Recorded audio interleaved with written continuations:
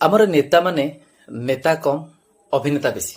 ଆପଣମାନେ ମନେ ଥିବ ଯେ କିଛି ଦିନ ତଳେ ମାନନୀୟ ପ୍ରଧାନମନ୍ତ୍ରୀ ଯେତେବେଳେ ରୋଡ ଶୋରେ ଯାଉଥିଲେ ସେତେବେଳେ ତାଙ୍କ ପାଖ ଦେଇ ଗୋଟିଏ ଆମ୍ବୁଲାନ୍ସ ଆସିଥିଲା, ତାକୁ ସେ ବାଟ ଛାଡି ଯାଇଥିଲେ ଆଉ ସେଇଟା ସେତେବେଳେ ଗୋଟେ ହେଡଲାଇନ ବନିଥିଲା। ଠିକ ସେମିତି ଆଉ କିଛି ସମୟ ଆଗରୁ ମାନନୀୟ ମୁଖ୍ୟମନ୍ତ୍ରୀଙ୍କର ରୋଡ ଶୋ ବେଳେ ଗୋଟିଏ ଆମ୍ବୁଲାନ୍ସ ଆସିଥିଲା ଆଉ ତାକୁ ଯିବା ପାଇଁ ଇସାରା ଦେଇ ସେ ବର୍ତ୍ତମାନ ହିରୋ ପାଲଟି ଯାଇଛନ୍ତି।